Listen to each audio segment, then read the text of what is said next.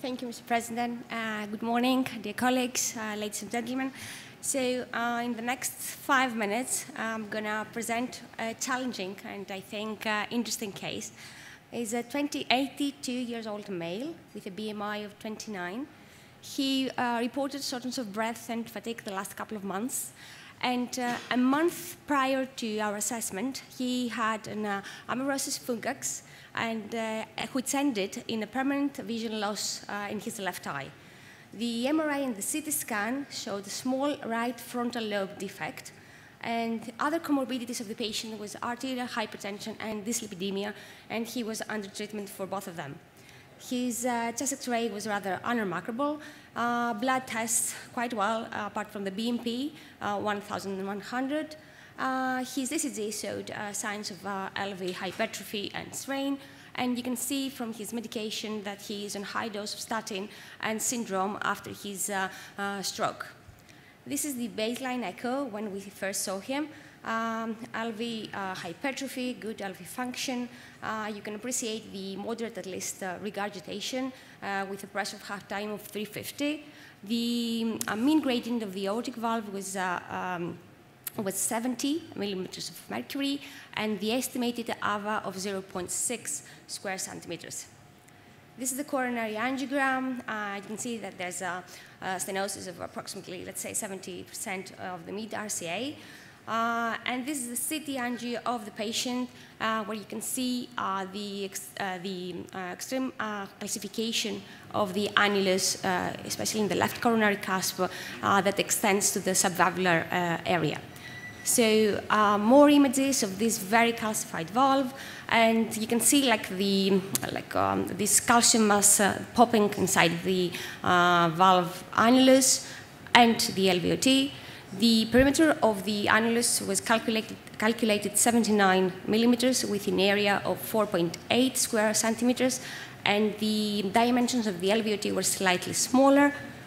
The estimated Agason score was 5,740 household units, quite high. And this is the coronary angiogram of his peripheral vessels. Both his right iliac and his left iliac were quite calcified with tortuosity. And this is a quite busy image, but it shows that the dimensions of all the vessels were quite small and below the expected for a TF approach in a TAVI. So what we have so far, so we have an 82-year-old male with severe calcification of the aortic annulus and the LVOT, with an Agason score of almost 6,000 household units, severe calcification of the peripheral vessels, mid-RCA stenosis of 70%, but no angina symptoms, and the calculated Euro score was 4.1, and the STS morbidity and mortality score of 8.6. So based on these facts and the patient preference, the heart team decided to go through a TAVI, transcatheter aortic valve implantation. So even though we were not very lucky with the peripheral vessels, we tried to be optimistic and go with a TF approach. So initially, that 14 French E-sheath could not be advanced, but after doing a lithotripsy, like 3 attempts of that, we managed to advance the sheath with a hard wire, with a Landerquist wire. And this is the arterography, where again you can appreciate the calcification is just below the left main, and the aortic regurgitation. So our practice, when we have severe calcification of the aortic valve, and especially in this patient, we had a recent stroke, we try to protect the brain vessels, and we put a sentinel device. We did the same here. And then the next decision will be what valve to put. And then this was probably a one-way through decision because self-expandable are the valves to use in such calcified aortic valves. So we went with Navitor Vision 27 millimeters, and this is the pre-dilatation, with a balloon that, as you can see, it touches gently the calcium. It seals the valve, but does not affect the calcium so much. We wanted that. And you can see here that the valve is initially quite deep in the LV cavity, but this is our practice to do the initial flaring inside the LV cavity and then to pull gently, slowly back. And with the Navitor valve, we have the advantage to see the commissural alignment when we see these markers that drops on the top of each other. So you can see here that we have the alignment we want. This is after the release of the valve. We have, as we expected, a paravalvular leak. And being perfectionists, we did another dilatation with a little bit bigger balloon. And this is the final result. So again, we always check the access point, no issues from that point.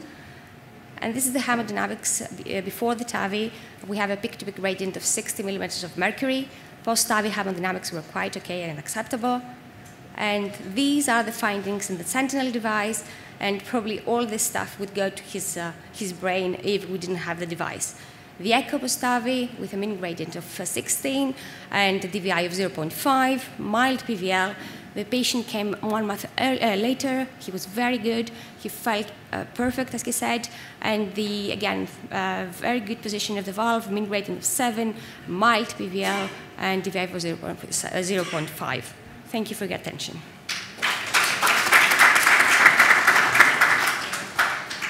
Thank you, Dr. Kourkovelli. We have with us 3 very experienced moderators, Dr. Taleb, Dr. Tsigas, who is online, and Dr. Maginas. Dr. Maginas? Congratulations. Very nice case. You took advantage of all the means we have today to achieve a very good result in a difficult patient. And besides the valve, you took advantage of the lithotripsy, and you protected the brain vessels with a Sentinel device. The valve you used is very good valve, very latest generation valve with advantages of alignment and proper positioning. And self-expandable valves are better valves for this very calcified valve. I fully agree with your approach, and congratulations. Thank you, Dr. Maginas. Professor Tsigas? Good morning to everyone. Initially, I would like to warmly congratulate the organizing committee, especially Kostas Parias and Gregory Patakos and Statis Patakos for this very interesting congress, for hosting such an outstanding congress, really. The focus on advancing TAVI and other structural procedures is particularly timely and important, as the field involves sharing clinical experience and best practices is essential, of course, to improving patient outcomes. And this is the last step, I believe. We all care about our patients. So really congratulations for this interesting case. Only 2 comments or questions. It depends. How could on this specific case, a fusion imaging could help us if you use it? It's novel, but I know that especially in IGEA, they use novel techniques. And the last comment is we have to remember if we have a patient high risk for stroke, we have to use less movements and less wires. So did you use only 1 wire for this specific case, for example, Landerquist or something else? Congratulations again. Thank you. So yeah, it was only Landerquist, like a hard wire. It was the only wire we used. Dr. Farias. Okay, thank you. Thank you, Professor Tsigas. Dr. Taleb, any comment?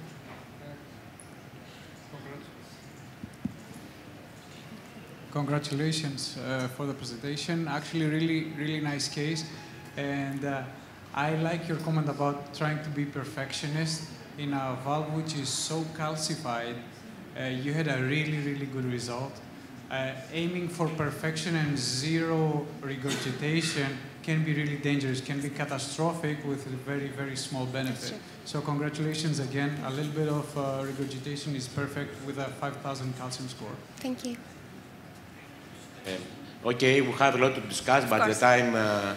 It's over. Yes, it's over. Thank you very much. Very interesting case. Let's proceed to the next case.